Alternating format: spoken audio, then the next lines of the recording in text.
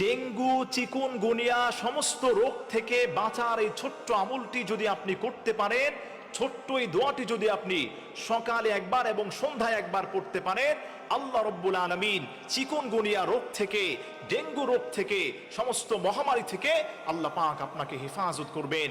মাহফিলে যারা এসেছেন এগুলো মা বোনদের কাছে শেয়ার করবেন, এবং যারা আপনারা বাসায় যাবেন সোশ্যাল মিডিয়াতে এগুলো আপনারা শেয়ার করে দিবেন। কোন গোলাম যদি সকালবেলা পড়তে পারে, আল্লাহুম্মা ইন্নী আউযু বিকা মিনাল বারাসি ওয়াল জুনুনি ওয়াল জুজামি ওয়া মিন সাইয়্যিল আসকাম, আল্লাহর হাবিব বলে দিয়েছেন কোনদিন ওই মানুষের কুষ্ঠ রোগ হবে না, ভাইরাস রোগ হবে না, চিকুনগুনিয়া রোগ হবে না, ডেঙ্গু রোগ হবে না। আল্লাহ রব্বুল ইজ্জাত ওয়াল জালাল এই দোয়ার মাধ্যমে ওই গোলামটাকে আল্লাহ পাক হেফাজত করবে।